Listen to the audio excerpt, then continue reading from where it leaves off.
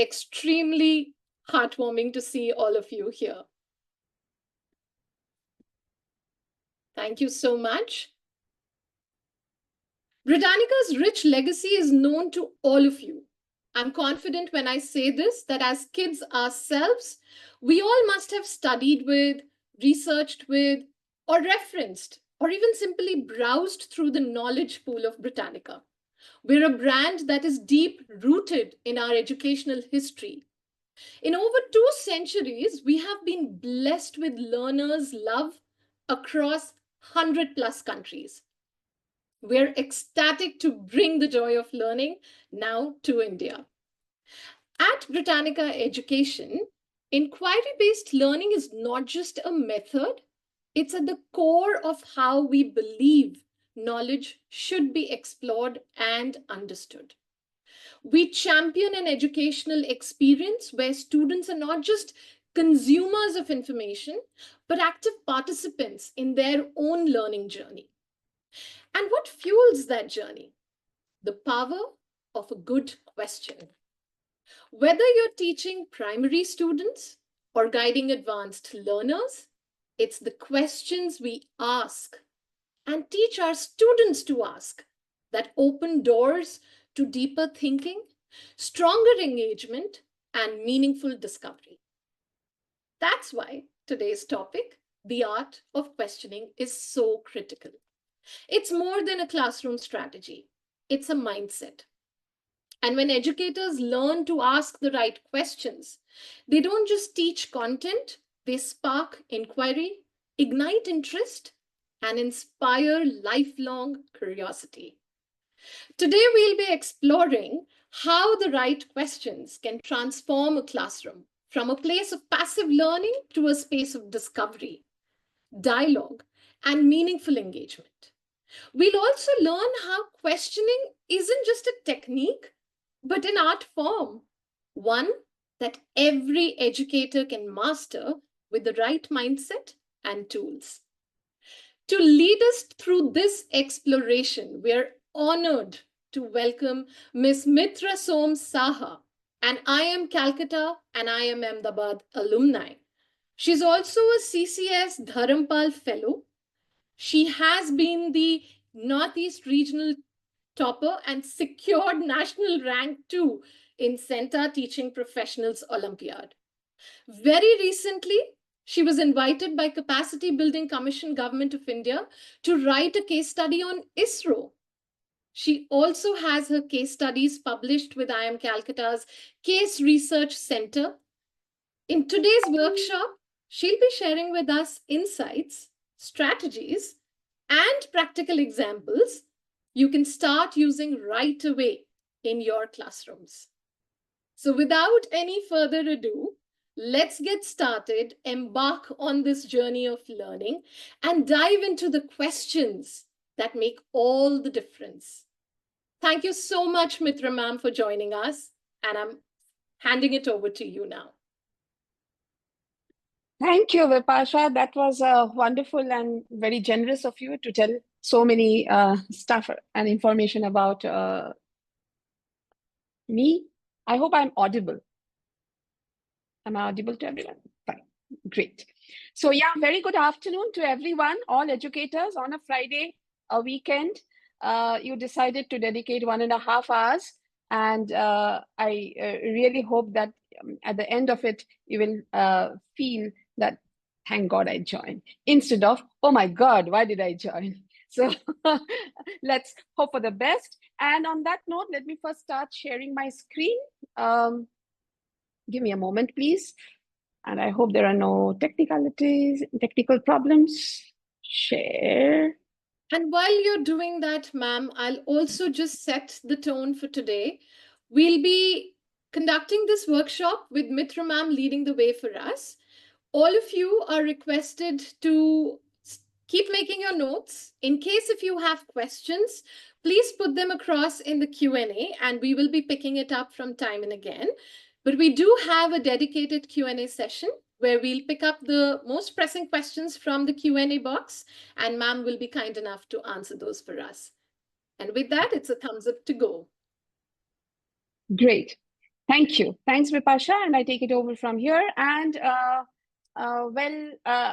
in today's session, just a minute, why is it that I'm not, okay. So this is the flow that I am aiming at.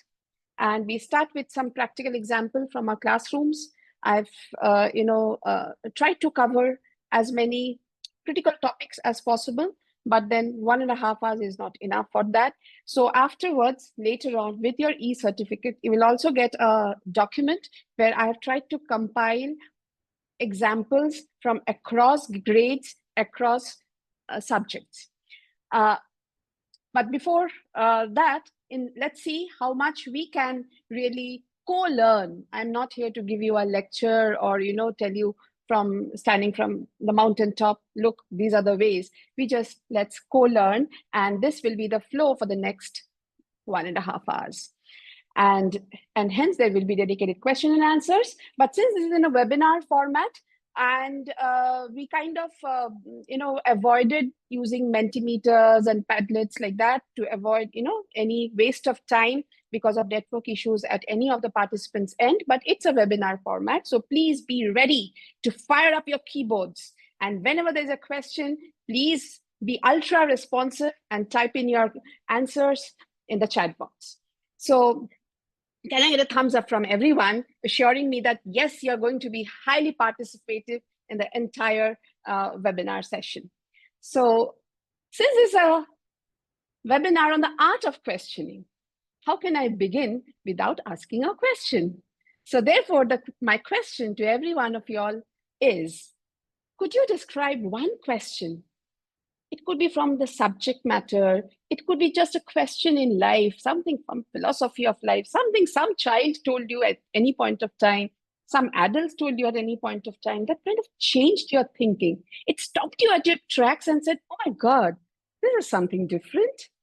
And then you changed your perspective, your way of thinking. Anything like that you can think of. Come on the keyboards.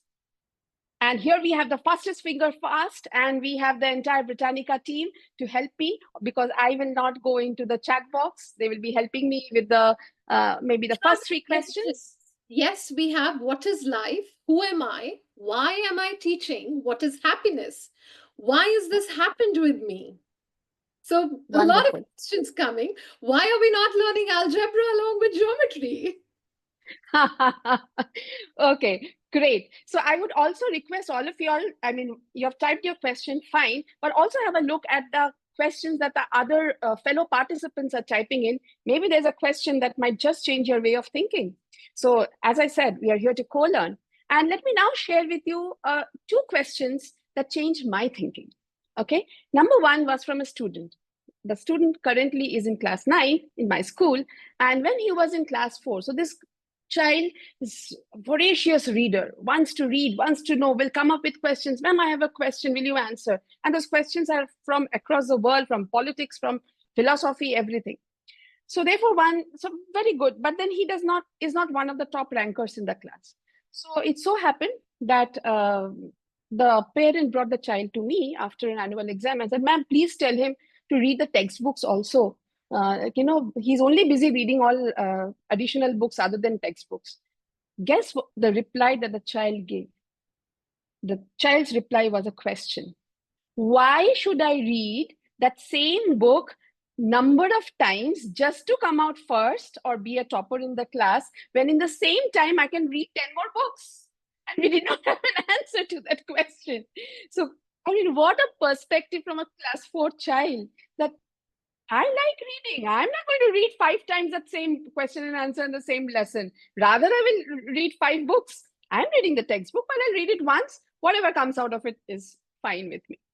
The second is a more personal one. A question that, I've done a yogic coaching course, and that question came up there from my mentor, Professor Raghuanandanarayanan. And the question he threw at us, and that has stayed with me, and that is a question I ask myself at every point of time. Mitra, in doing what you are doing, what are you really doing? So the question to me is, am I enlivening myself, my immediate context, and the world at large? Imagine, participants, if for everyone, the answer to this question is a yes, the world is going to be a better place, right? So on that note, let me now move over and ask you all to solve this question. There must be maths and science teachers here. Come on, quickly. What will be the value of X and Y? And even if you're not a maths and science teacher, never mind. This is basic mathematics from school level, which we all have done. So what is the value of X and Y in this equation? 10 seconds to answer that. Let's have the responses come in on the chat. The moment there's a response, 5 and please let me 7. know. Pardon me? 5 and 7. 5 and 7. Okay. Yeah, it seems the word goes to 5 and 7. Okay. So that's the point. And I wanted to make the point through an experience. So I'm sure all of you will have typed the answers, or everybody who is even trying have not typed the answer, but is trying. The first thing that you did is you opened up the brackets using a minus b whole square. Or even if you have not done, that was a point in your mind. ये तो आसान है, a minus b whole square करने का. Right? You actually can solve this equation without doing anything, and you just require 2 seconds to do that. This is an erroneous question, because the moment we have square of a number, it's a positive number, and the sum of two positive numbers can never be 0. But it is jumping into that answer is so hardwired in us that unless and until one thing is, it's unfamiliar, we are clueless. But the moment there is some kind of familiarity, we just do not think. We are hardwired to jump into that answer. And what is familiar? A minus b whole square. Pata hai mujhe. That's what we do as adults, but that's what even students do. And hence, I would like to offer you a different perspective before I really delve into the webinar. That between the question and the answer, between these two, there's a question and there is an answer. Between them lies actual learning. So don't jump to the answer. The more time you spend between a question and answer, imagine what your students do.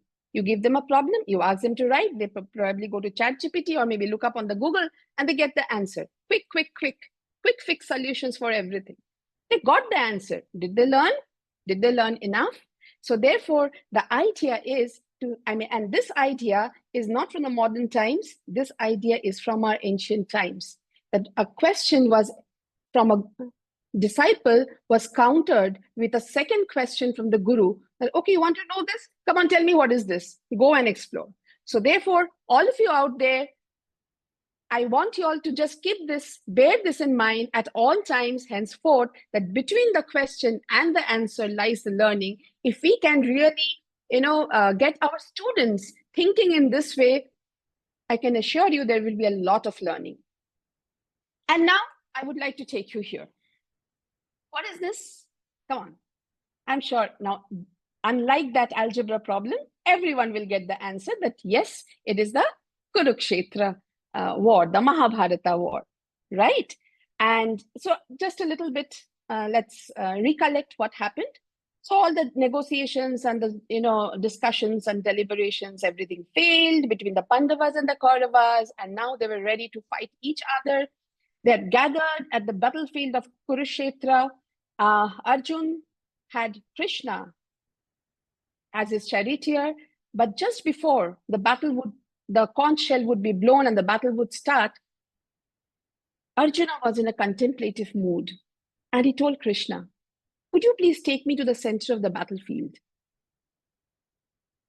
Krishna obliged, and after that, what was that question that Arjuna asked Krishna?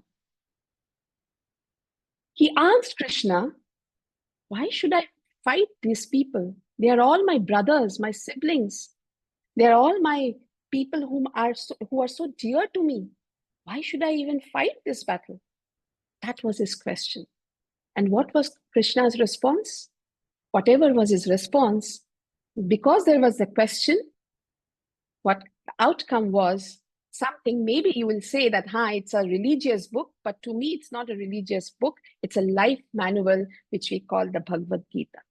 That's the power of questions. And that is where we as teachers, it becomes imperative that we ask the right questions in our classrooms. Okay, so one story. I'm very fond of stories. Whenever I get stories, any brand, if I follow, if there's a very good storytelling, I will unnecessarily pay and buy the product also. I'm very fond of storytelling. So this is a story. I'm not sure of the source. Probably it was John Dewey who was visiting, but let's not, rattle our brains on who was it. Basically, there was somebody of the stature of John Dewey who went, it could be you and I also, so who went to a school, entered into a middle school class, saw that the teacher was teaching geography, and it was about the earth, etc., etc. And then he decided that, okay, students, you are already studying about the earth. Now you tell me, if from the point where I'm standing, if I dug a tunnel to the center of the earth, what would be the length of the tunnel? Pin drop silence. There was no answer in the class. He thought that maybe, okay, they did not get. He repeated it the second time. No response again. Repeated it the third time. No response once again. And now by this time, the geography teacher was getting restless. And she said, visibly irritated, she said, sir, I want to say something. He said, yes. So he said, you are asking a wrong question. Really? So what is going to be the right question? The visitor asked. So the teacher came back, standing next to the visitor, looked at the classroom and said, so my students, what is the radius of the earth? 6,378 kilometers, ma'am. And the teacher was beaming with pride and said, see, I told you your question was wrong. My students know everything. So I hope this story gives the message that which is the right question and which is not. And let's ensure that we do not ask those mundane questions, or rather transform them into questions that really, promote critical thinking. So this was the story of the journey to the center of the earth. Okay, what is this picture about? You all will recognize, I'm sure, Battle of Plassey. Are the history teachers now getting excited? इसके पहले तो ma'am ने algebra वाला sum पूछा था, अब भी आया my turn. Okay, so Battle of Plassey. Tell me, what are generally the questions that you ask? And this time I'm going to take a couple of responses and I want Vipasha to read them out. What are those? Suppose, imagine you are teaching Battle of Plassey. We've spoken about Robert Clive. Yeah. But yes, Vipasha. Reason of battle. Who fought? What was the first two you said? Come again. So the first two that came to us was the reason of battle. And the reason of the battle? Parties involved. But the parties involved, the date, who was fighting, etc., etc. Correct? Resolution or outcome, consequences. Usual ones. The why. Why did this happen? Now let me give you a question. And next time you teach Battle of Plassey, please try it out in your classrooms. How about asking them that, you know what? This Battle of Plassey has a lot of information. There's Robert Clive and Siraj-ud-Daulah and, 1757 and stuff like that. Everything, Nawab of Bengal, everything. Those things you study at home. I'm giving you a concept map. This is the relevant information. Instead, in the classroom today, let's discuss that we know that Siraj-ud-Daulah lost the battle. What would have happened if Siraj-ud-Daulah would have won the Battle of Plassey? How would the history of India change? Would it even change? Imagine you're asking this question to the class. Are there any right answers? None. As long as you can justify your response, your answer is right. So someone may say, nothing much. I think we would have fought amongst each other. All the princely states probably would have fought against each other. And maybe India would not have even existed. Maybe we would have been small, small countries.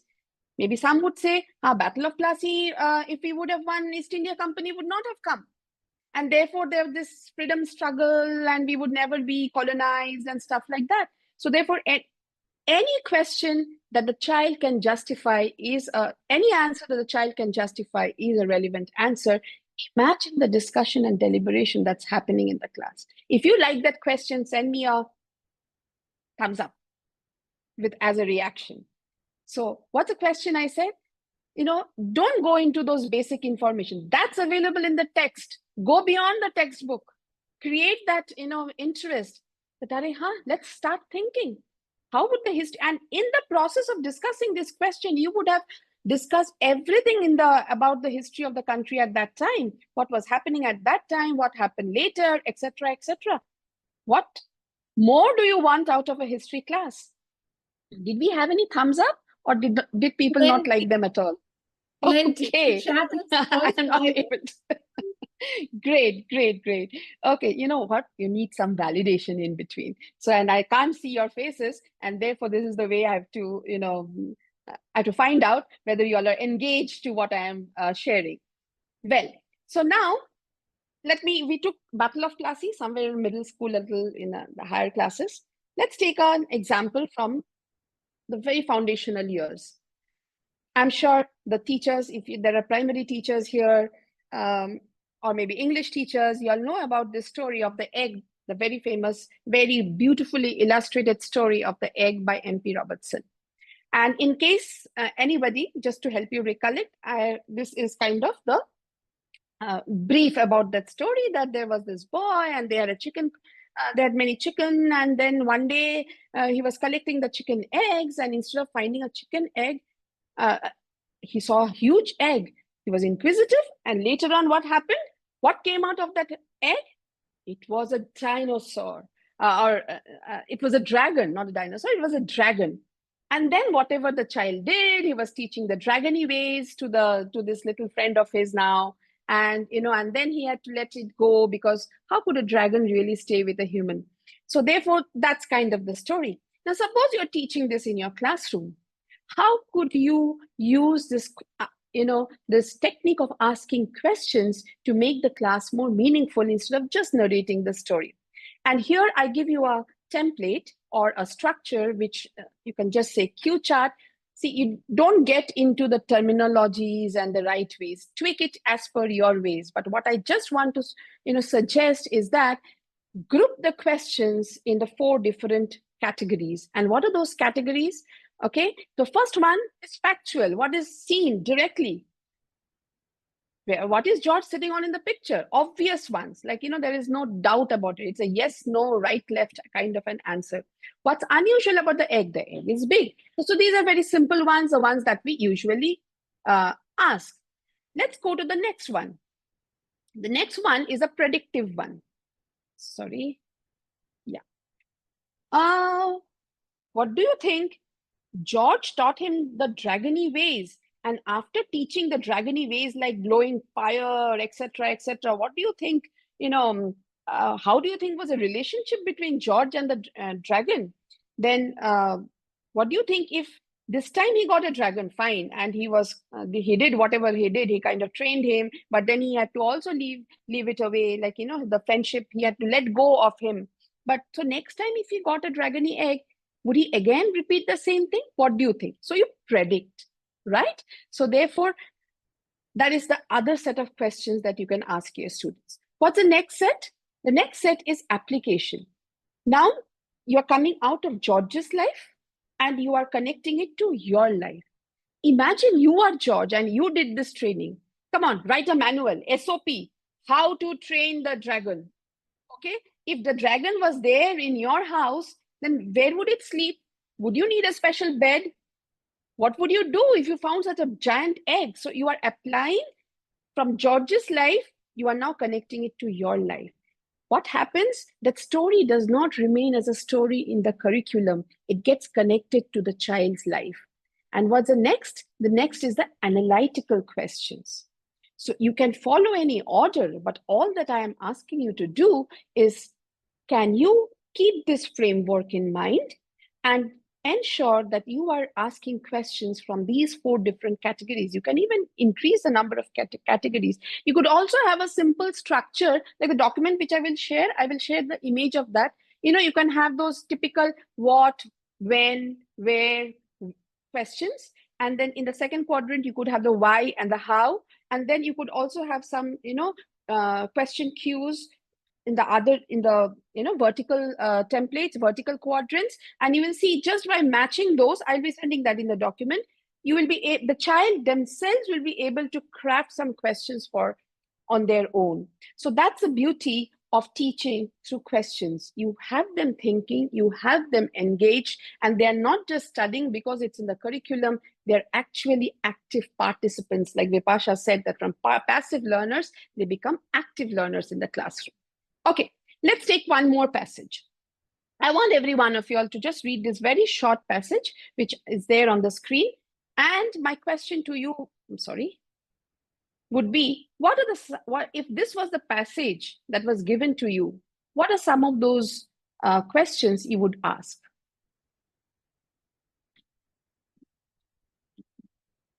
You can write your responses in the chat box, and we'll take up a couple of them. So this is about this boy, Jovi. He was getting ready and he just was reluctant. Oh my God, again, I have to go to school. Let the school bus meet with an accident. Then I don't have to go to school. But with that bag, he was still kind of walking sluggishly towards a bus stop. And then he met his friend, Shubham. And Shubham said, oh, so you're off to that posh school. If this is the passage, what are the questions that, and if this is a story that you are doing, what are the questions that you would ask your students? We've started getting some questions. Yeah. First one we have is, why was Jovi apprehensive about going to school? The next Very one. good. Who is Theon Hara of the story? I think there is a typo there, but we have someone asking, how would you feel if it really met with an accident? What was Jovi doing at the beginning of the story? Why was Jovi reluctant to go to school? Why was he so negative about the bus's fate? Absolutely. And there are a stream of questions, Mitra ma'am. I think we're on the Fine. So let me share a couple that I have got, I have designed.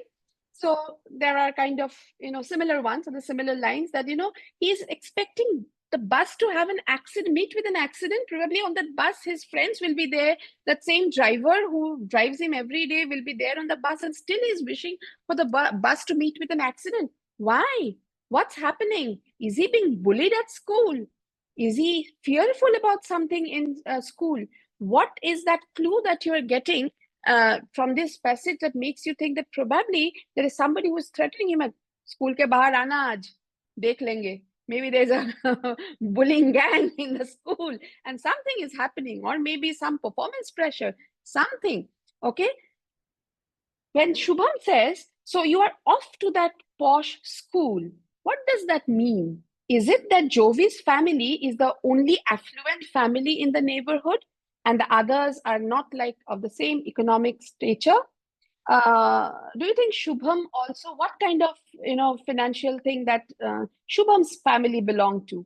This could be some of those questions which are over and above the usual ones you ask. So, does the dialogue suggest that there is some socio-economic divide between Jovi and others in the neighborhood? It's like kind of a follow-up question. Okay. In UK, there was something called reading between the lines. Oh, yes.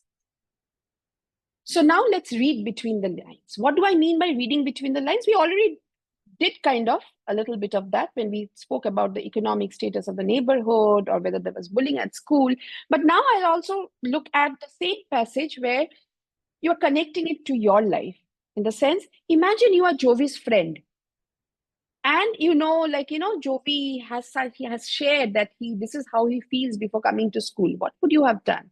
You were Jovi's teacher. Since this is a webinar with teachers, imagine you're Jovi's teacher. How might you help him feel safe and included at school if you came to know that this was a thought that was crossing Jovi's mind? Classmate, same question with a classmate. Do you think that this situation that is described in the passage it kind of reflects some larger issues in our education system, that students are not really interested in going to school.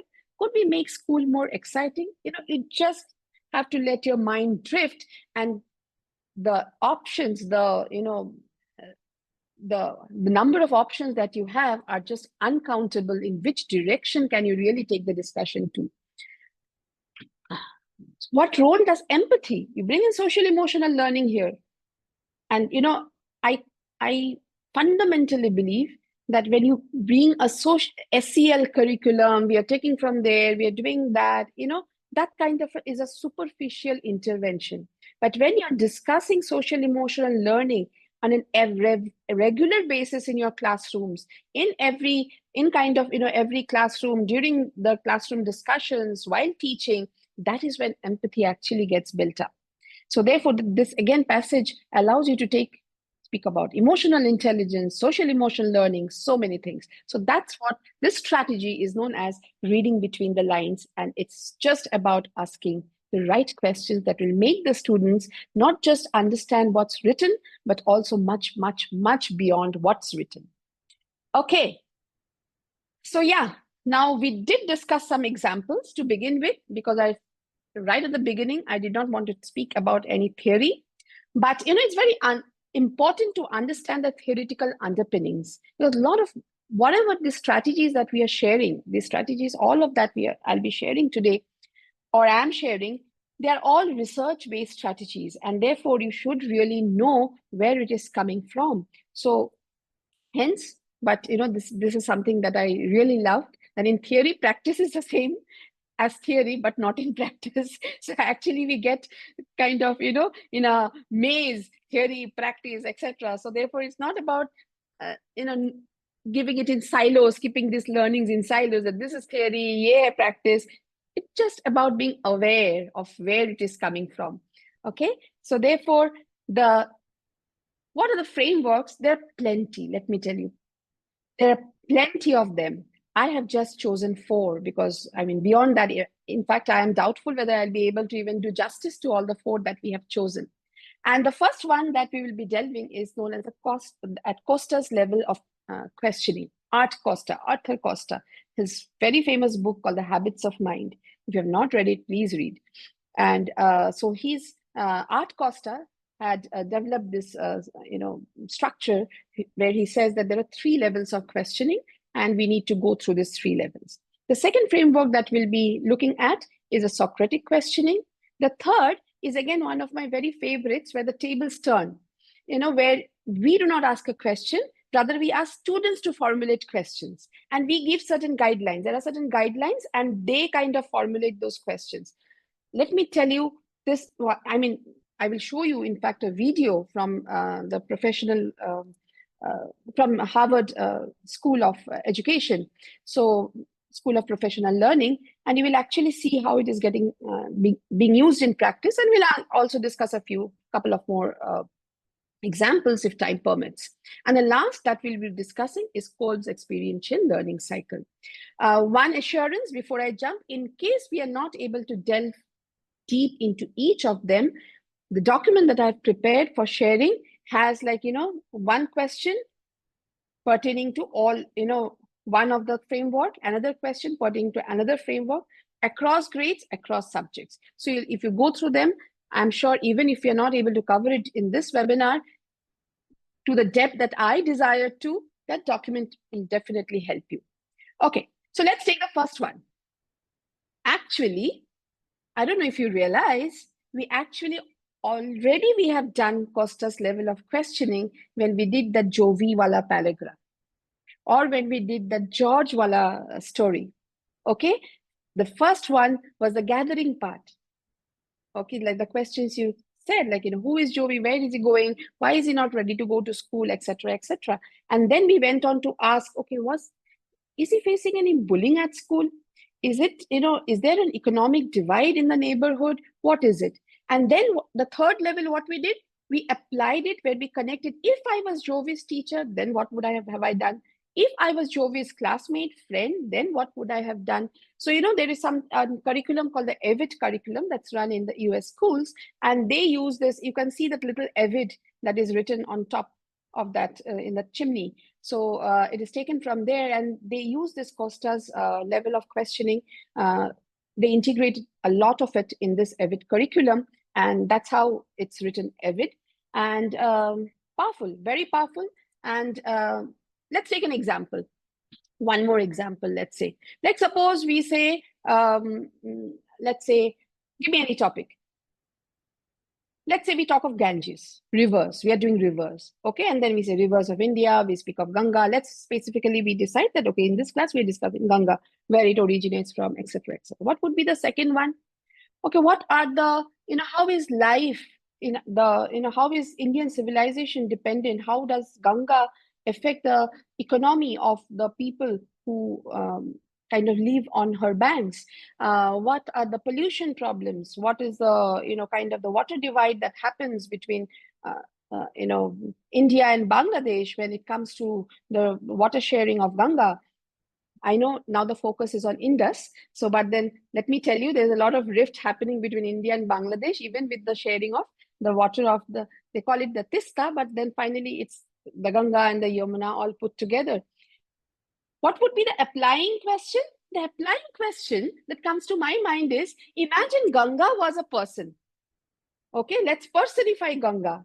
And if Ganga was a person living in 2025, what would she have written to the policymakers of the country? Write a letter imagining that. That is your third level of questioning. So, that is how you don't just discuss Ganga, but you also kind of personify it, you connect it to the day-to-day life of the student. So those are some examples. This picture is, anybody? Can anybody guess? Could we get some responses in the chat box? Do you know the film? Can anybody tell me what's the name of the film from which I've taken this picture? I'll wait for 5 seconds for your responses. I'm all on chat, any? ready to read out the responses. Let's see. Not yet? Oh, not yet. Spill the beans. Okay. Clue. It's a sci-fi and comedy film. It's a science fiction combined with comedy. Second clue. It is from the 20th century, not 2000 and later. We have one response. Back to the Future. Back to the Future? Okay, good guess. I like that, the way you have guessed it. Absolutely. Bill and Ted's Excellent Adventure. And the story is that Bill and Ted were, if they're really history teachers, so Bill and Ted was, they were students in a history class and they were doing miserably in the subject. They would have failed. The only way to really, come out, pass that course was to get full marks in the final history project. And it so happened that they came across a time capsule. They used that time capsule to go back in time, and they brought alive Napoleon Bonaparte and Joan of Arc, and that's how they did their history project, and of course Socrates. Okay, and that's how they got full marks in history and passed the subject. Okay, that year's examination they passed. So they brought back also Socrates. Socrates came alive. And my question to you all is, imagine 30th May 2025, if Socrates came alive, what was that question he would ask? Can we have some very interesting responses? Let's see. If Socrates came alive, what would be that question? Because what we are going to discuss now is a Socratic method of questioning. And Socrates, he firmly believed that, don't give answers. Rather ask another question. And that is the actual way of learning. So here's a question. What is success? What is Satya? Success. Okay, what is success? Okay. We don't really need Socrates to answer that, because I think we have those answers, all of that. We But have quite a few questions coming. What is the meaning of a mhm, good life in today's world? okay, wonderful. There's also Yeah, another philosophical. there's also another one, ma'am, which says, "Why did you ask so many questions?" That was brilliant. Exactly. I think Socrates would have sent us back with another question. Yeah. What are these children writing? What are exams? What Wonderful. is Okay. But was it very important to get a high percentage? Are we free thinkers? What is freedom? Why do I have to answer your questions? Oh, wow. And then no. Wonderful. In the age of AI, is free will actually free? Maybe that could have been a good discussion with Socrates, and he would have got baffled with the abilities of AI. Anyways, so you know what? The Socratic questioning that I am saying, that I'm referring to, this is a kind of a questioning model. Once again, do not get lost into the maze of the terminologies, but then these are, I do not want you to see them as, generally when we think of improving, we always think of going higher up, correct? When we say moving from one level to another, we always have this mental image that we are going from level 1 is here, level 2 is here, level 3 is here, so higher up. I would like you to take a different perspective, and instead of going level higher up, I would say go deeper. Okay, and these are the 6 kind of attributes of Socratic questioning method, the pedagogy that it is. And to make you, help you to remember these, so there are 6 of them. So to help you to remember this, I would give you a kind of an acronym. Now, for all of our students, we are like superheroes. So my dear teachers, you are that superhero wearing a cape, CAPE, cape, fostering insightful reasoning. You remember this sentence, you know the different levels of Socratic questioning, not levels, or rather I would say attributes. So the first is that you clarify what are the basic, concepts or the terms that are there in this question, in this statement. You question those assumptions.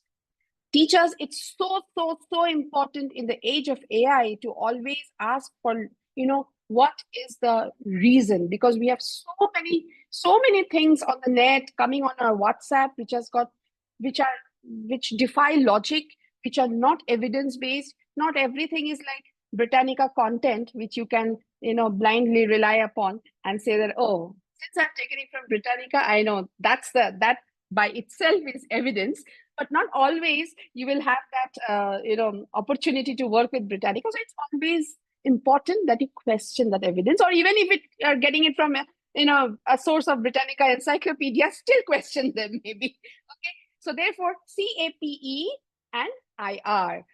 You are the superhero in a cape, fostering insightful reasoning. Let's take an example. Okay, ready for an example?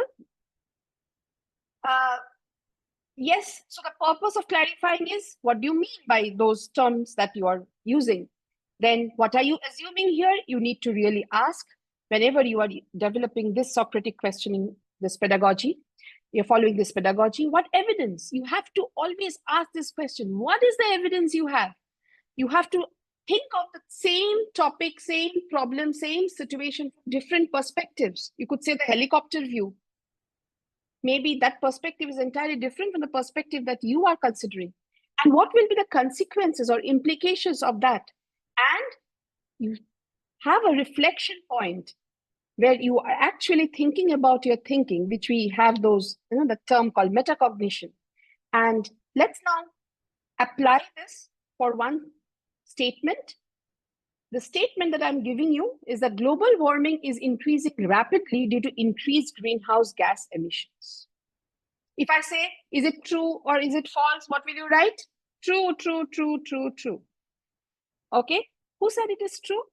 Britannica's encyclopedia perhaps has said, but still question, as I said. Okay. So that was a joke, but in general, that's a narrative, right? That there is greenhouse gas emissions are increasing, and that was a global temperature there increasing. But then, why do we not question this narrative?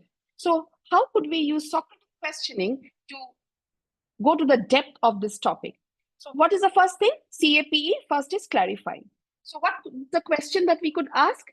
What is global temperature? When you are saying it is increasing, what timeline are you seeing? Are you seeing looking at the last 100 years, 500 years, or are you looking at timeline even before Ice Age?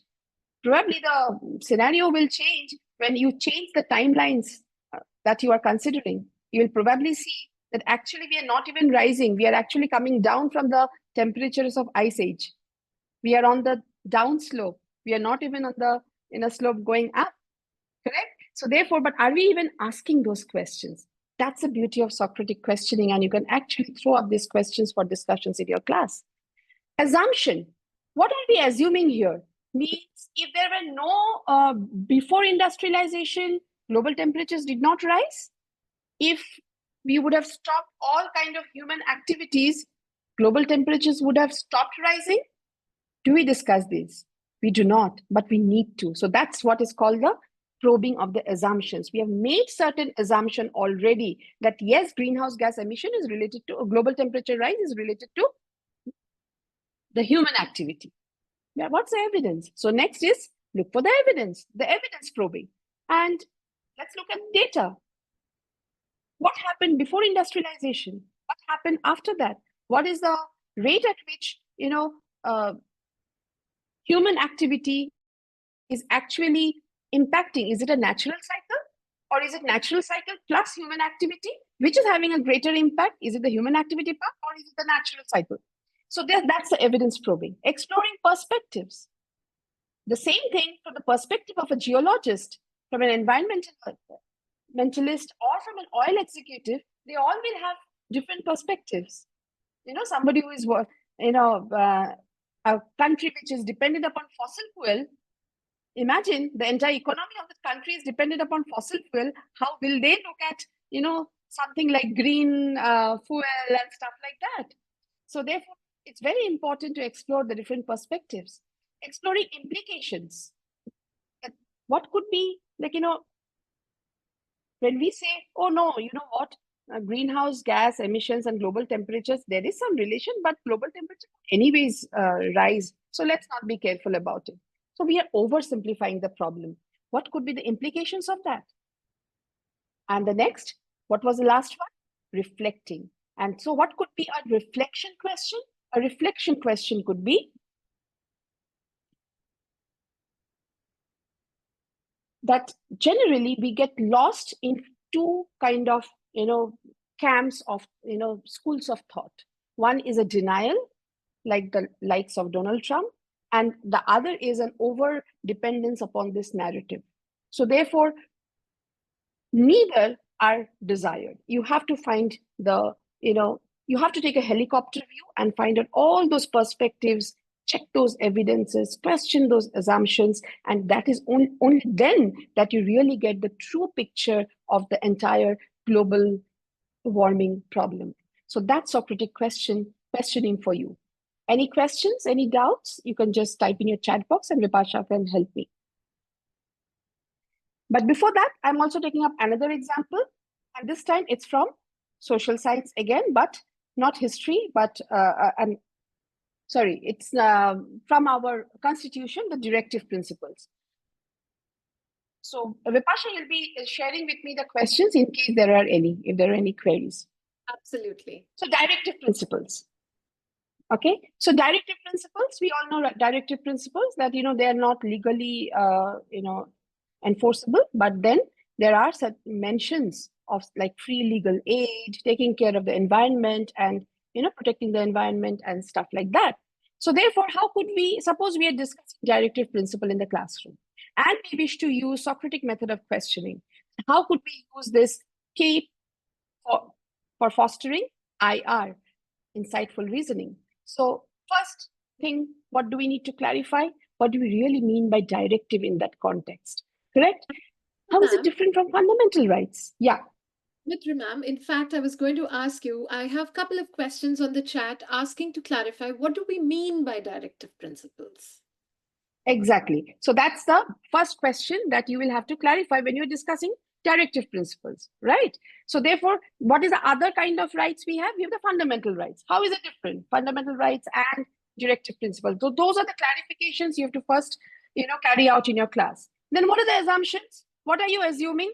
We are assuming that, why do you think the Constitution made this principle non-enforceable? Why did they not make it mandatory by law? And if it is not mandatory by law, then why have they even included that? Are we assuming, did the people who wrote our Constitution, did they assume, did they have a lot of faith that our governments will all work, ethically, in good faith, everything was that the standard that they were expecting? As you are probing the assumption, what about the evidence? What's the evidence that you are looking at? Can you think of a law or policy that reflects directive principle? So you're checking what is the impact of directive principle on the overall governance of our country. Is there any proof? I just quickly jumped. Is there any proof that directive principles have influenced actual governance? So what are you doing? You're looking for evidence. What would be the next one? What was the next one? E, CAPE. So exploring perspectives. So what would be the perspective? Like, how would a poor farmer, view directive principle? In contrast, how would a rich industrialist think of a directive principle around worker rights and equal pay? Different perspectives. It will be highly, polar opposite perspectives. So you're exploring, urging students to explore perspectives. Exploring implications. What could be the consequences if directly the government said, oh, directive principles, they are not enforceable by law. Let it go. So what could be the consequences of such a stand by the government? Or for that matter, if they were made justiciable, what challenges might arise? Why not make them enforceable by law? That if there is a violation of directive principle, just like when there is a violation of fundamental right, we can go to the court. When there's a violation of directive principles, then also we can go to court. What could be the challenges? There must be some reason why our the stalwarts who created our Constitution did not keep it, did not make it mandatory to be justified by law. What were the reasons? Can we discuss those things in the classroom? The rest of what you are discussing is just basic information that they can find anywhere. As long as you can equip your students to reading and making meaning out of the words that they're reading, those information they can collect for themselves. Where you can enrich a classroom discussion is by asking questions like this. And this is where a framework like Socratic questioning becomes a very powerful and meaningful framework. What could the students reflect upon? Why do we need them? What does it tell us about ethics in law and governance? Okay. Do you want me to take up any other example? Let's suppose we take the example of revolutionaries. Okay, so we in fact have a lot of requests coming in if we could have an example for math or language. Okay, so language is already there. You could, okay, let's say, like take a basic story, the boy who cried wolf. Okay, so if you take boy who cried wolf and you had to apply Socratic questioning to this story when you are teaching that story, what could you have done? You could have clarified, like, what do you really mean by, boy said, no, that he was just joking and he tried to just fool the people of the village by saying that, oh, wolf, wolf, wolf. So therefore, what do you mean by this term called just joking? So you're clarifying. You also, questioning some assumptions. You will question assumptions when you can throw this question in front of your students that, what do you think that just because a lie does not, hurt someone, it's harmless? So you are questioning assumptions. What is the probing for evidence? What will you do for that? What is a question? One question that you can ask for that. You can say that, what is that evidence in the story that tells you that, yes, the villagers were right in not believing in the boy? So you're asking them to look for evidence in the story. What could be exploring perspectives? How do you think the boy felt when the villagers did not come to his rescue? Or what might the villagers, if you would have gone and questioned the villagers that, come on, this little boy was crying, wolf, wolf, why didn't you go and help? What do you think would the villagers answer? That what reason would they give that, yes, this was the reason why we ignored him? What would it? So you are continuously questioning. So maybe if you're doing this story for a grade 3, grade 4, these questions are more than enough to get them into the thinking process. Implications, like what would happen if people lie often, even about very small things? Do you lie? You get it connected. What happened when maybe you share some a situation where you lied and then you got into trouble because of that? Implications of lying. And then maybe the reflective part. Why do you think this story is such a common one and told, when we were children, this story was told to us, the same story was told to our parents and grandparents. Why do you think this is so important? What do you learn from this? So you are asking students to go through a reflection process. Let's come to a example of maths. Example from maths. Let's say integers. Okay. So what do we do how do we apply Socratic questioning when we are teaching integers? Let's say in integers, we are teaching negative numbers. Okay. So therefore, clarifying first is, what does even the term negative mean? So this negative number integers, it generally comes in class 6 as per the NCERT book. So therefore, what does this word negative mean? Is everything about the word negative negative? Okay. Meaning that you're also, when you're asking a question, how would you frame a question for probing the assumption that can something increase by decreasing? What would be the answer? That yes, suppose you had a loan of 500 rupees, so minus 500, and now if it reduces to minus 200, it's a good thing. So you're decreasing your loan, correct? Or maybe a negative temperature. You discuss negative temperature, how minus 50. So when you are moving from, let's say a mountaineer is climbing, and he moves in terms of from minus 50 degrees centigrade to a place which is minus 20 degrees centigrade, you'll feel more comfortable. So therefore, it's a negative value, but then here increasing is actually decreasing, right? So the next question that you could ask in terms of proving evidence would be, where do you see negative numbers in real life? I think I've already discussed that in terms of giving the examples of the mountaineer, or in terms of depth of the ocean, or in terms of, let's say, temperature in a cold region during the winters. So all of these are proving evidence where negative numbers are used in real life. It could, how could you explore perspectives in this topic? What is the significance of that negative number for a banker versus a mountaineer? For a banker, something in the negative would mean that the bank is not performing well, or maybe somebody has defaulted on the loans. It could mean a debit. For a mountaineer, it would also mean, like, the height it's the height getting reduced, or the temperature getting, not the temperature getting reduced, but actually he moving from a cooler temperature to maybe warmer, more comfortable temperature. What could be the exploring implication part? Negative, therefore, is not just about everything. Negative is not really, negative, because as we saw that when there is when we move, when my debt goes from minus 500 to minus 200, is actually a good thing. Correct? So therefore, it's not that negative is always has a negative impact. It sometimes has a positive impact also, like the example we discussed. Many times we speak about the air conditioning. So therefore, we say, hey, come on, please reduce the, can you please reduce the AC? That's the general statement we say. What actually we mean is increase the temperature. So, you can bring in all those examples into the classroom discussion, and that's how you really probe assumptions. You look for evidence. What could be the reflective part? That has your view about this word negative changed after this discussion?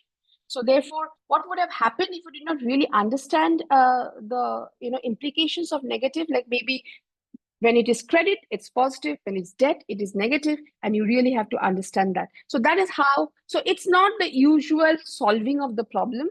It's more about making integers or negative numbers relevant to the day-to-day life. And that is where Socratic questioning comes in. Okay. If there are any other questions, maybe, as I said, I have integrated all these examples in the document, and I'm sure you'll be able to gain more insights when you go through that document. Moving on to the next technique, which is the question formulation technique. As I said, beginning, all this time, all the last two strategies that I discussed is a teacher who is asking the students certain questions. We have changed our way of asking the question. Here, this is a technique where the students frame the questions and the teachers back it up with further questions. And there are generally some rules that are asked that ask as many questions. So the whole classroom, they get together in groups to formulate some questions. They do not stop to discuss, okay? And write down not as a statement, but as a question. So, to understand this, there's this lovely video from Harvard School of Education, and let's watch that. So these are the two people who had, created this technique. It is known as the QFT.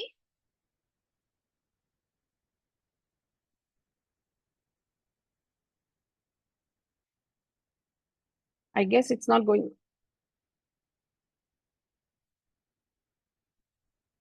Is it full screen? Not yet, Mitra ma'am, and we can't hear the audio. So we'll just help you. You can just click on the link and. Yeah, the link, and I have to also share my computer sound. Yeah. Yes, I did that, and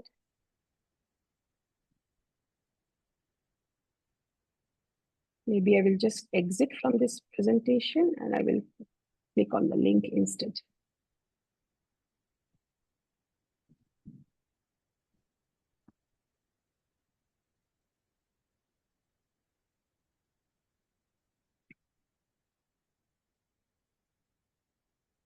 No, it's not happening, right?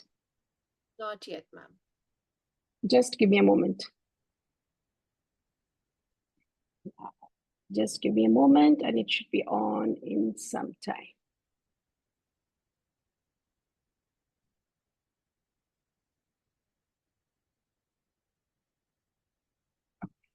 This should work. No, it's not working.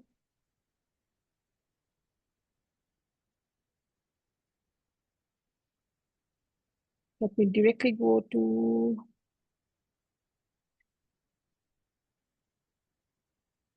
these are the. Could anyone from the Britannica team play it? Sure. Yeah, we can hear it now. We just so we're looking really at the conceptual understanding. Actually, you can hear it now, but there's a full screen. It's not happening. I'm going to remind. Uh-oh. Mitra ma'am, can I suggest something? Yes, If you can please. copy the link and directly go to Google and open, I think that will be. Yeah, but then that's what I'm trying to do.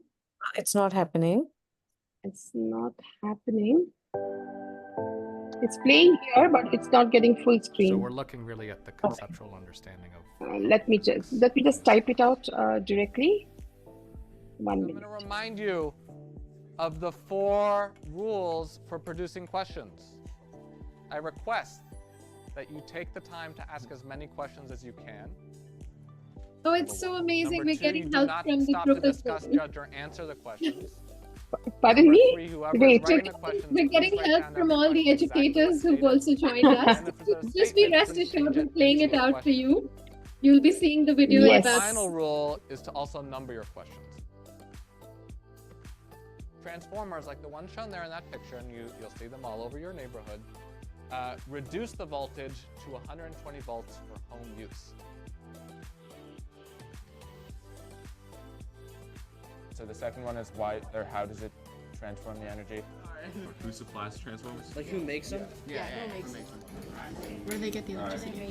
How many transformers That's not the video that I'm looking for, I guess. It's just fun to see the banter between them, and Okay, no. I'll notice students are. This is Yeah, Newton just- North High School, and questions are taking questions. And Yes, this is the one, but So there's a real You just pause this connection now, of the ma'am. mind. So we're looking really at the Stop it conceptual from the understanding of presentation. physics in this class. yes, 1 minute. Let me stop share and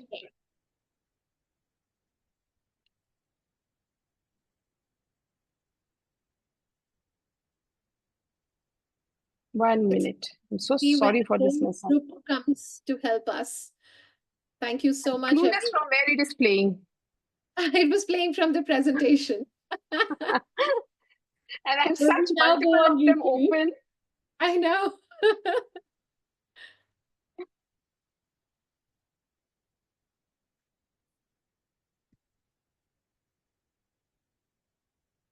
Oh God.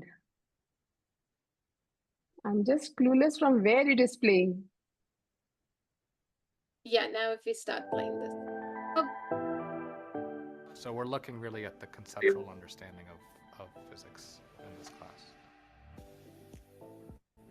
I'm going to remind you of the 4 rules dear for God, producing why am I questions. not able to pause this? I request that you take the time to ask as many questions as you can. 2 are playing, right? Number 2, you do not no, we stop can hear to discuss, one and we judge, can or see answer one. the questions. Number 3, whoever is But writing the that's so questions, please confusing. write down every question exactly as stated. And then if it's a statement, please change It's it into a playing question. fine. I think we're able to watch the video My and final listen to the rule audio. is But then also I just numbers. wanted everyone to watch the beginning of the part. Transformers, like the one shown there in that picture. And So you this see was the them all cue over your focus. neighborhood. So the teacher has Reduce the given voltage to this 120 picture volts for home and use. said that from the power lines, this power plants, they carry huge For the second one is voltage. why or how But when does it comes to transform when it comes energy? to our homes, it's just Reduce the 120 flash volts. transformers. What happens in between? And the students are supposed to How formulate many questions. like transformers As many questions. are around And like then cities? what the Are the teacher asks them to transformers do is, dangerous? once they have written It's down all just the fun to see the questions, banter that which are between the them, open and questions, I'll which notice are the that students closed are building questions, off each other's and then questions or taking as a questions and class solving different together, questions. they try to figure This is a out the real, answers of certain connection of the closed, minds sorry, the between open-ended them, questions. I think is really What the powerful. teacher also urges them to do is, can you convert a closed-ended question to an open-ended one? So like there are questions like, what happens in between? Is energy lost? What is happening? So what's the role of the transformer in the process? So all of those discussions happen when you are, following this technique. And the beautiful thing about this is it is not you who is asking the question, it is the students who are asking the question. So when we started it, the Completely, first ma'am. time, Was I audible? it was really a way for If we pause this video, we've also done one thing for the benefit of everyone. We've shared the Yes. link of this video on the chat. Uh, please save it somewhere and ensure that you go through it. But we got the crux, ma'am, that you were trying to explain us with the start Yes. of the video. That was really, really helpful. But the thing is that I need to figure out to stop this video, and I really don't know where it is playing from. So if we close the YouTube window and we go back to your presentation and we'll pause it Yes. from the slide there. Yes. Teachers, don't worry. I We'll think keep it's done. the I think link it's on done. the chat again and again, okay? My colleagues here are going to help us with the link. We'll post it multiple times. Here you go. We've had it posted 2-3 times now on the chat. Please save it. Ensure you go through it. And with the handbook that will come to all of you at the end of this session, once you've submitted your feedbacks, which ma'am has very beautifully taken the pain to curate for all of us, you'll be able to take reference from there while you watch this video. With that, over to you, ma'am, again. Yes. Just give me a moment. And fine. I think it's finally settled, and I'll start sharing. Wonderful.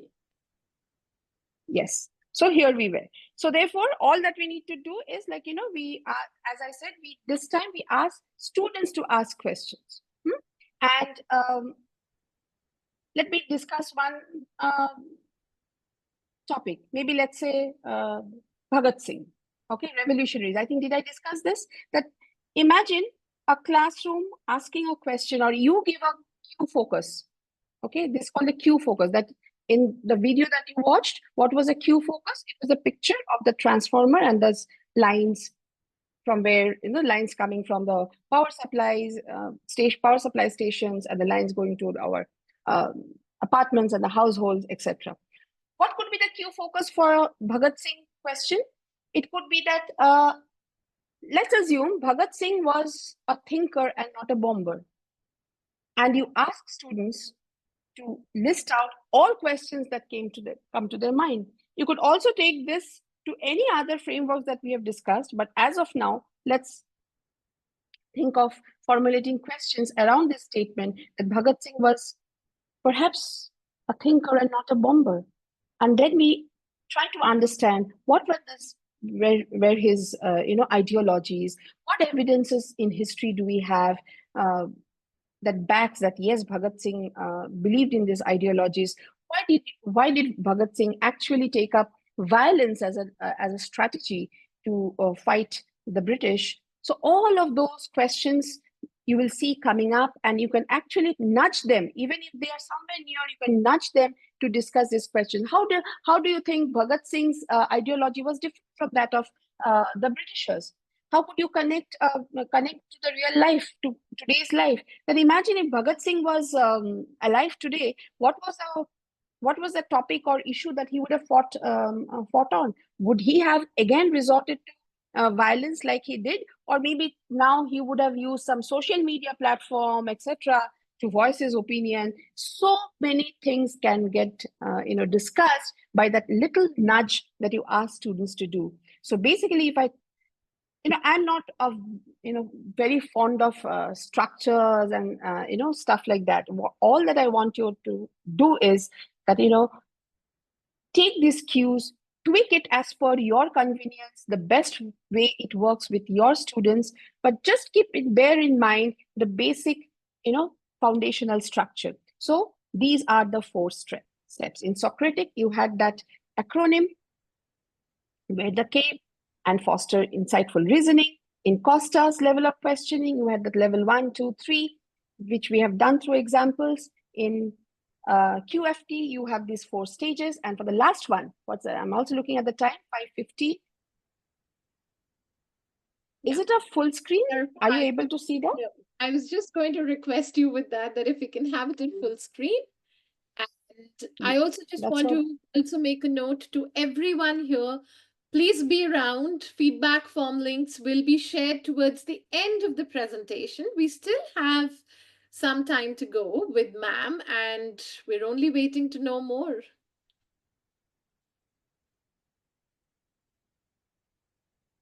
Wonderful. Still not full screen. I don't understand why. Still not full screen, right? Now it is. Okay, never mind. The technology sometimes always tries to scare us, but we will be putting up our brave front and won't be bogged down by the challenges posed by technology. And therefore, we move on to the next one. So, and the next one, the last one that we will do is the So video we're looking again. really at the conceptual understanding of physics in this class. Is Himanshu here in this? Okay, I think it's done. Yeah.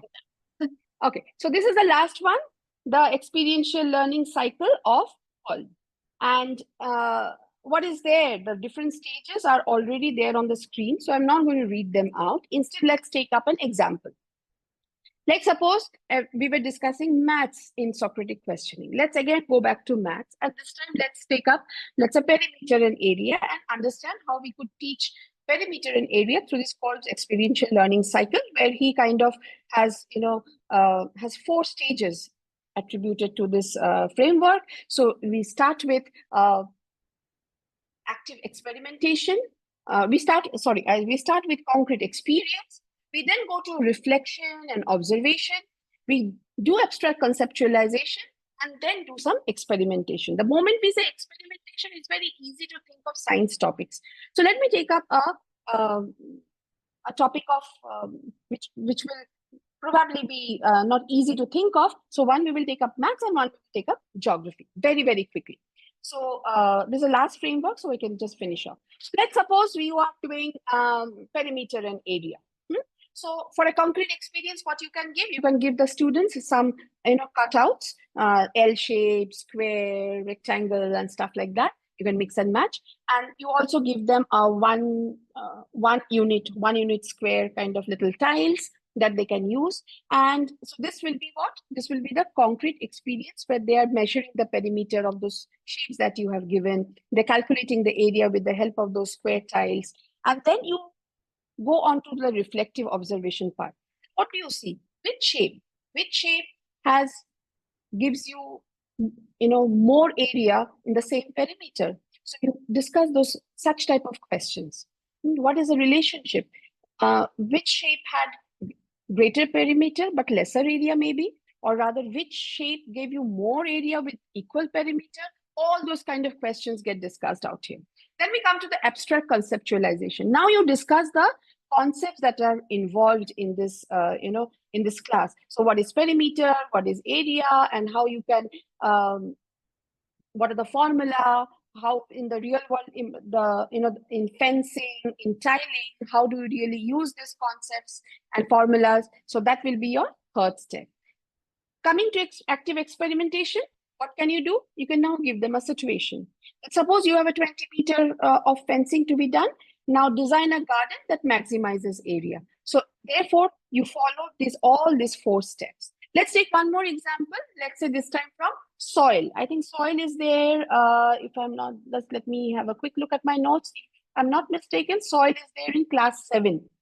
And class 8 geography, NCERT book. It has land, soil, water, natural vegetation, and wildlife resources. So suppose you're doing that chapter and you want to use Kolb's experiential learning cycle. So what can you do? So first is concrete experience. So what can you do? You can take them for a walk in the school garden, in the parking area. You can have a reflective observation and say that, okay, was there a difference between the soil in the garden area and the parking space? And you have, you initiated discussion on the various types of soil. When you come to the conceptualization part, you discuss the alluvial soil, the black soil, and stuff like that. And then when you come to the active experimentation, what can you do? You can ask them to do some, soil conservation methods and propose a better way to, handle the school garden and stuff like that. In history, you could think of a role play. You could think of, suppose you're doing a Sepoy Mutiny, 1857. You could do a role play. And then in the reflective part, you could see, okay, how did you feel when you were, let's say, when you were doing Jallianwala Bagh, and when you were firing, you were General Dyer firing on the people, how did you feel? So, that kind of discussions you could provoke, you could nudge the students to make. Conceptualization, you could speak about the reasons, the usual stuff that we do. What is a mutiny? Why it is not considered as, the freedom struggle and stuff like that. And then finally, you have the active experimentation. What can you do? You can ask the students to design. Let's suppose the Sepoy Mutiny has happened and you are the editor of a newspaper. Now you have to publish this news. Come on, design the front page of your newspaper. So that's how Kolb's experiential learning cycle can be used in maths, in any subject for that matter. And as Vipasha has shared, and I have also shared, that you will get many such examples in the document that will be mailed to you. So yeah, that's kind of the end of all that I had to share. And before I put you into that reflective space where you kind of ask yourself that what question will you ask differently once a summer vacation, the schools reopen after summer vacation, or if your school is on, when you go back to school on Monday, what I would like to put my focus on is, or discuss with you, is how acquisition of knowledge was described in our ancient Indian texts. So I was reading this paper on self and learning, and there very beautifully it is mentioned that in the Taittiriya Upanishad, it is very clearly mentioned that if you have to acquire knowledge, we began where? Between the question and the answer lies the learning. I come back to that point and tell you, when can there be learning? When can you acquire knowledge? So the Taittiriya Upanishad says that there are 3 steps. So number 1 is Upadesha. You go to a person who has knowledge about it, who is better. So like the students come to us. So therefore, you go to a person who is more knowledgeable than you in that regard. So you take the Upadesha from that person. Second is Upapatti. Upapatti, deliberations, discussions. And what is the basis of those discussions? Questions. The students throw questions. The teacher, nudges the student with questions. We have done the Socratic questioning and all this questioning. So now I think you can think of simple questions. So that's upapatti, where there is so much of discussion and deliberation. You're not giving the answer. You're only asking one more question. You're building up on the question. And then finally is the upasana, that the student, after all this upadesha and discussion and deliberation, sits by himself and actually reflects on all the questions and the discussions that happened around the topic. That is the way to acquire knowledge. So on that note, thank you. And it's now time for question and answer. It's an open house. Okay, ma'am, thank you so much. We will take the first 5 to 6 questions that come to us. Please start putting your questions either in the Q&A or the chat box. And we'll start taking questions in case you have any. So we have one Priyanka ma'am asking a question. The question on soil for experiential learning. Types of soil and how they affect growth of a plant. Will this come in active experiential learning? What's the question? Come again? Types of soil and how they affect growth of a plant. While teaching soil for experiential learning, will this come as part of an active experimental learning question? So what I understand is that you are sharing a topic. So any topic can be transformed into an experiential learning. Any topic can be discussed in any of the frameworks that we have,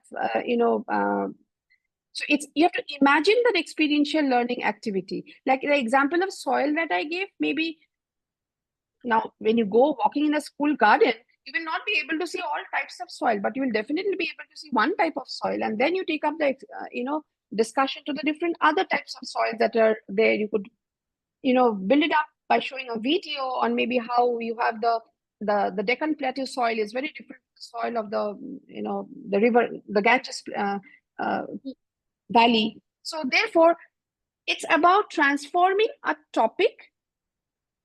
Every topic can be transformed into an active experience. I do not know if I've answered your question, but then if I've understood that if you are teaching types of soil and that is what you wanted to teach, and whether it is an experiential learning activity, so any topic can be an experiential learning activity as long as we are able to design one. And let me give you a cue. You can nowadays it's very easy. Like, you can go to Khanmigo, is an amazing tool where you can actually, use any of their tools to think of questions, curate questions. And so it depends upon how we have designed the experience to make it an active, the concrete experience that we wish to give. Okay. We'll just take one more question because a lot of questions that I'm seeing that are coming on the chat and the Q&A will be answered through the document that will come to all of you. We do have one question. Just a moment, Vipasha. There is one question which I would like to take. I can see this, it's yes. running away. Yeah. So there are somebody has asked, Aparna. And it just went off before I could really read it fully. But I guess Aparna has a very valid question that many times students are timid. They do not want to ask a question. That is where a free space, that is again where a teacher's role is very important.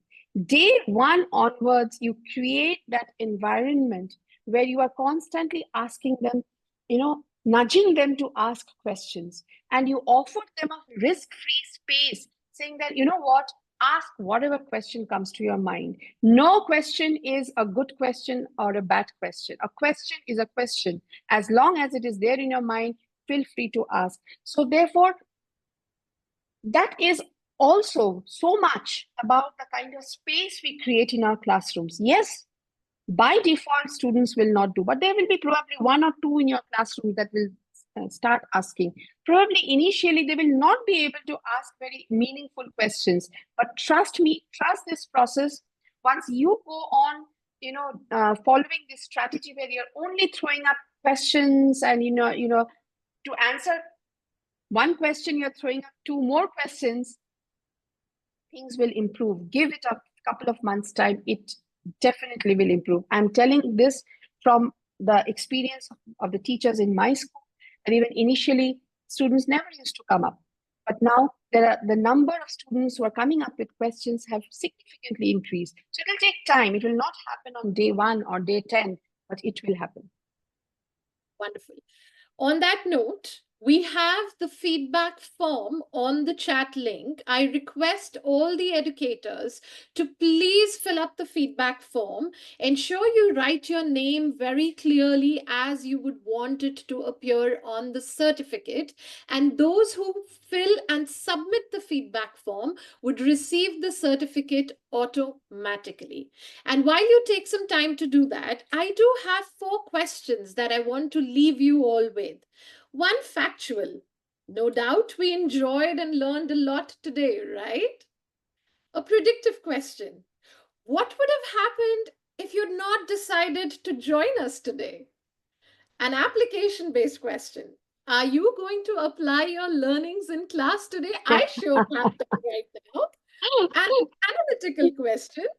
Think about how and what you need to master the art of questioning in class. And on that note, I'll also say Britannica Education will be there to support you in every step of the way to enable inquiry, curiosity, and also to help you clarify all the facts that you read, because there's no one more factual and authenticated in knowledge resources than Britannica Education. Mitra ma'am, thank you so much for this insightful, amazing, interactive session. And I cannot thank the 1,000 attendees who've been with us from well I before know. 4 p.m. And this is history that we've created, that for full Wow. half hour in a webinar, we have 1,000 attendees.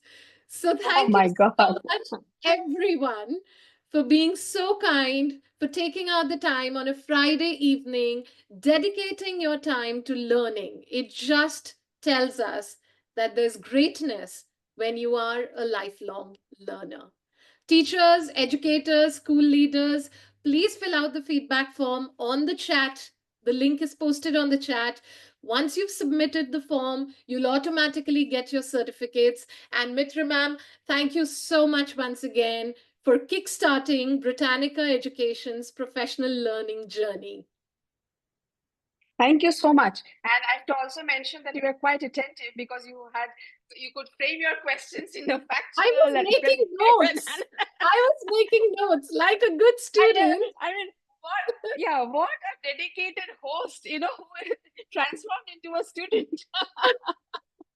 Yeah, I was all the time listening and trying to understand everything because it was so engaging. And if you take a look at the chat box, you will see the feedback we're getting, ma'am. It is phenomenal. So thank you once again.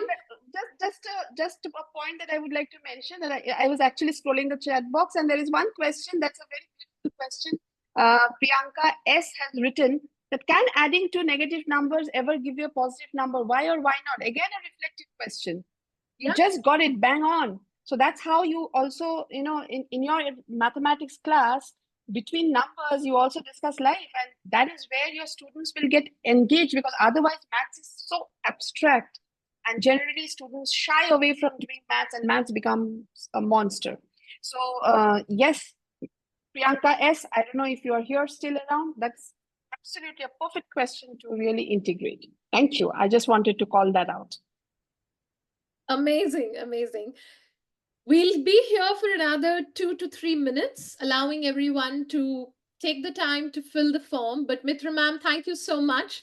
We'll have a video scroll up for those who want to stick around to fill out the form. But with that, it is sayonara till we meet again. Watch out this space for more such webinars. Thank you so much.